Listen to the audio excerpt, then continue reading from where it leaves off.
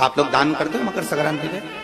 कितनी चीजें दान करते हो? मंदिर में दान दे दिया जाता है, उसको कहते हैं गुप्त लक्षण, जिससे घर में कोई बड़ी बीमारी प्रवेश न हो। एक घर था कुंभ, फिर इस कुंभ घर में आग लगी थी, तब दूसरा घर बना था मकर, फिर मकर घर में भगवान सूर्य नारायण आए, उनका आदर हुआ, तब जाकर ये मकर संक्रांति हुई। कोई ऐसी मकर संक्रांति का मतलब क्या है? क्यों कहते हैं कि ये 13-14 चीजें आप लोग बांटते हो ना, तो किसको बांटते हो? तुमसे छोटी उम्र वालों को बांटोगे? सास क्या बहू को देगी सामान? सास बहू को देती है क्या सामान? नहीं। बहू किसको देती है? सास को। बहू किसको देती है? जेठानी को। बहू सामान किसको देती है? ननद को। बहू सामान किसको देती है? कोई मोहल्ले में कोई बड़ी उम्र की कोई बहुएं हो, बड़ी उम्र के जो लोग हों, सौभाग्यवती नारी हो, उसको ये 13-14 चीजें दी जाती है। जो भी आप बांटते हो, टीकी का पत्ता हो, सिंदूर की डिब्बी हो, मेहंदी हो, कोण हो, जो भी आप बांट रहे हो, लाली भी बांट देते कई कई। तो क्या है?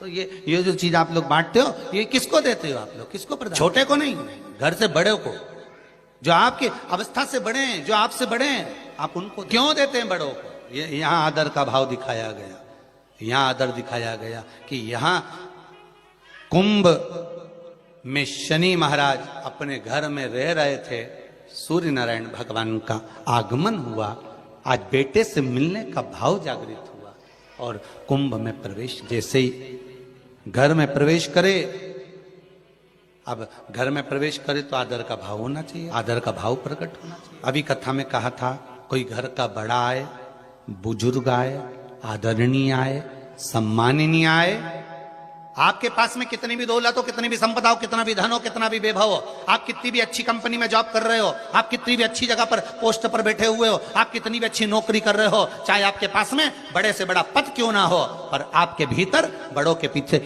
बड़ों के प्रति सम्मान भाव उत्पन्न होना, सम्मान का, एक आदर का भाव। आज सम्मान का भाव प्रकट करें, आदर का भाव। महाराज, पूरे वर्ष में एक दिन ऐसा आता है, मकर राशि में सूर्य प्रवेश करता है, तो उसे मकर संक्रांति कहते हैं। महाराज ध्यान दीजिएगा, पूरे वर्ष में एक दिन मकर संक्रांति। हमारे हिंदू धर्म में ये दिन है, हमारे हिंदू धर्म में जो ये दिन है।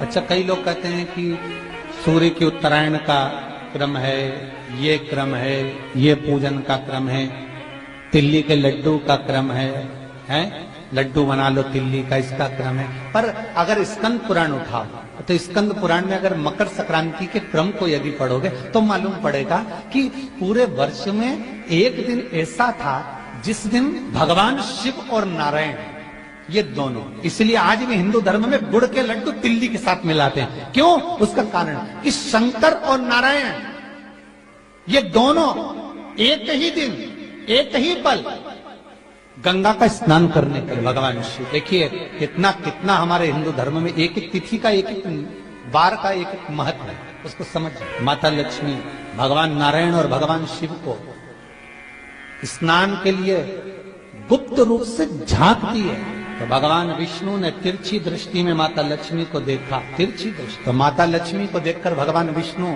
शिव जी को देखे, तो शंकर भगवान ने कहा, नारायण हमने देख लिया, महारानी लक्ष्मी झांक रही है, हमने वर दे दिया कि लक्ष्मी का एक नाम गुप्त लक्ष्मी रहेगी, छुपी रहेगी, और आज मकर संक्रांति के दिन नारायण और शिव का दर्शन इस लक्ष्मी ने करा है। पर जो गुप्त लक्ष्मी का दान दे देगा, उसके घर में कभी कोई बड़ी बीमारी प्रवेश नहीं करेगी। कैंसर जैसा रोग, किडनी और लीवर का रोग नहीं हो सकता। आज भी नियम है कि मकर संक्रांति के दिन एक लड्डू बनाया जाता है गुड़ और तिल्ली का, उसमें 1 का सिक्का, 2 का सिक्का या कोई लक्ष्मी उसमें फंसा दी जाती है, और लड्डू को पैक कर कर किसी मंदिर में दान दे दिया जाता है, उसको कहते हैं गुप्त लक्ष्मी, जिससे घर में कोई बड़ी बीमारी प्रवेश नहीं हो। वो केवल मकर संक्रांति को ही हो। मकर संक्रांति का जो दिवस है वो कोई साधारण नहीं। आप लोग दान करते हो मकर संक्रांति पे? कितनी चीजें दान करते हो? और सुहागन माताओं को देते हो ना, क्या देते, कितने देते हो? 13-14 कितने हैं? 14। कौन से पुराण में लिखा है कि 14 चीज देना चाहिए? अरे बोलते जाओ जरा जल्दी जल्दी, बड़ी मुश्किल से तो पकड़ाई में आते हो तुम शिवरी नारायण वालों। 14 चीजें दान देना है। किस पुराण में लिखा है? कोई तुमसे पूछ सकता है तो महाराज आप कह सकते हो अग्नि पुराण में वर्णन आता है। कौन से पुराण में लिखा है?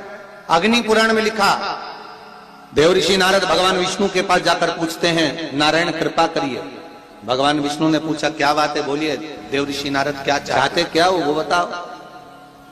महाराज हमें इतना सा बता दो, शिव जी के यहां जाते हैं तो पहले उनके द्वारपाल से पूछना पड़ता है अंदर जाने के लिए, ब्रह्मा जी के यहाँ जाते हैं तो ब्रह्मा जी के द्वारपाल से पूछना पड़ता है, इंद्र के यहाँ जाते हैं तो इंद्र के द्वारपाल से पूछना पड़ता है। हम जितनी भी जगह जाते हैं तो कोई ना कोई द्वारपाल से हमें पूछना पड़ता है अंदर जाने। भगवान देवऋषि नारद कह रहे हैं नारायण से कुछ ऐसी कृपा कर दो कि हमें किसी से आज्ञा लेना ही। भगवान विष्णु तो उनकी बात को बस थोड़ा सा सुने और अंदर चले गए। नारद जी को लगा हमारा तो कोई जवाब ही नहीं दिया।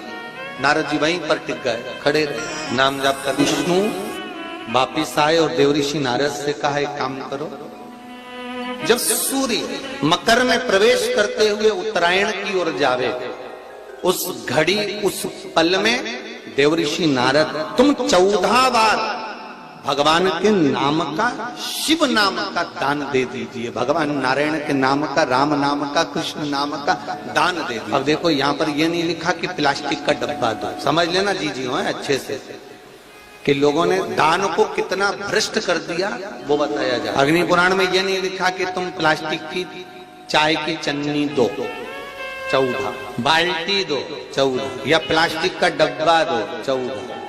यहाँ पर यह नहीं लिखा है कुछ भी हो।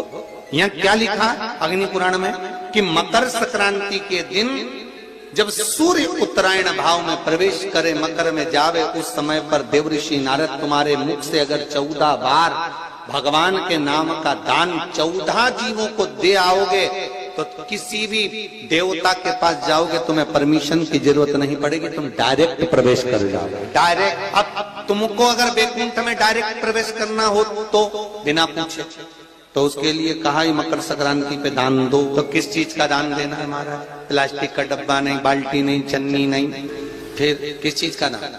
तो कहा अगर देवर्षि नारद आप दान दे रहे हो तो 14 नाम का दान दीजिए, 14 जीवों को नाम का दान दे दो, भगवान के नाम का भजन करो। और अगर संसार के लोग दान दे तो किस चीज का? तो के अन्न से बड़ा कोई दान, अन्न से बड़ा कोई दान। और मेरा दुकान पे आने का समय वही टाइम होता है, वो लोटा लेकर निकलता है और मैं दुकान की ओर बढ़ता हूँ, दोनों का मिलना थोड़ा आगे होता है।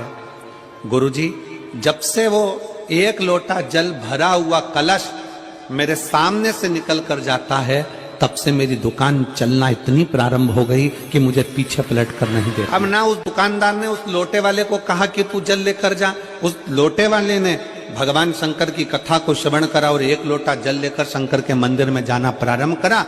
संसार के ऐसे कई शिव भक्त हैं जो अपने घर से एक लोटा जल लेकर शिव जी के मंदिर में जाते हैं। कोई सुबह सुबह निकल कर जा रहा होता है, भरा हुआ लोटा उसके सामने से निकलता है तो शुभ शकुन हो जाता है और जाते हुए का कार्य सफल हो जाता है। अपने आप मंगल शकुन, अपने आप मंगल शकुन हो रहे हैं, ना जाने कितनों के कार्य अपने आप हो रहे हैं।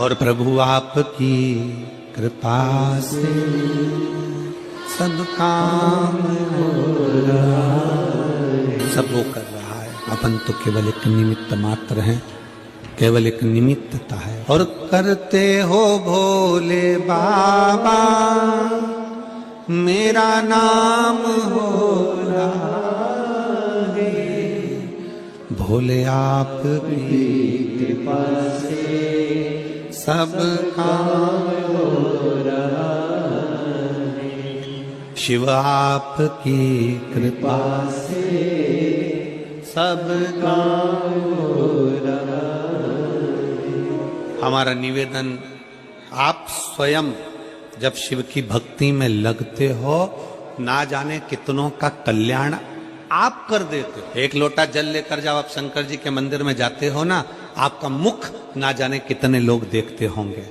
बोलो देखते कि नहीं देखते? जलता फिरता व्यक्ति, मोहल्ले का लोग, कॉलोनी के लोग, आपका एक लोटा जल जब चढ़ाने के लिए आप अपने शंकर के मंदिर में जाते हो तो आसपास के लोग आपका मुख देखते हैं। श्री शिवाय नमस्तुभ्यम बोलकर आप शंकर के मंदिर से वापिस आते हो तो आपका मुख ना जाने कितने लोग देखते हैं। आप भले किसी को 98 मत दो, 54 मत दो, 10 रुपया मत दो, 5 रुपया मत दो, 50 रुपया मत दो, तुम किसी को कुछ मत दो, पर आप शंकर जी को अगर एक लोटा जल चढ़ा रहे हो आप श्री शिवाय नमस्तुभ्यम कर रहे हो, आप पंचाक्षर मंत्र नमः शिवाय कर रहे हो, आप षडाक्षर मंत्र ओम नमः शिवाय कर रहे हो, आपके मुख का दर्शन अगर कोई कर रहा है तो समझ लो कि उसका कल्याण अपने आप हो रहा है। आप उसका कल्याण, आपका तो हो रहा है, पर उसके साथ साथ साथ साथ जो आपका दर्शन कर रहा है, जो आपको देख रहा है, उसका भी कल्याण। इस पूरी कथा में, शिव महापुराण की कथा में जितने बुजुर्ग आते हैं उससे ज्यादा शिव महापुराण की कथा में नवयुवक बेटा बेटी आते हैं, नवयुवक बहुएं आती हैं, नवयुवक मेरे जीजा आते हैं। जितने बुजुर्ग आते हैं उससे 4 गुना ज्यादा नवयुवक बेटा बेटी इस कथा में पहुंचते हैं। और नवयुवक बेटा बेटी एक आस लेकर आते हैं कि मैं शंकर की कथा में सेवा करूंगा, साधना करूंगा, बैठकर जब गुरुजी श्री शिवाय नमस्तुभ्यम बोलेंगे उनके साथ बैठकर श्री शिवाय नमस्तुभ्यम बोलूंगा और बाबा से अपने मन की कामना करूंगा, मेरा बाबा मेरी सुनेगा, जरूर मेरा बाबा सुनेगा। नवयुवक बेटा बेटी एक आस लेकर श्री शिवाय नमस्तुभ्यम, हर हर महादेव। आप सभी दर्शकों को, आप सभी को पंडित प्रदीप मिश्रा जी ने अभी देखिए बता रहे थे कि हमें मकर संक्रांति में कौन सी है वो 14 चीज़ जो दान करनी है। तो अपने से बड़ों को, सुहागिन स्त्रियों को ज़रूर वो चीज़ दान करें। इससे आप सबके जीवन में सभी कष्ट, सभी दुख से छुटकारा मिलेगा और आप सबका जीवन खुशियों से बीतेगा। लक्ष्मी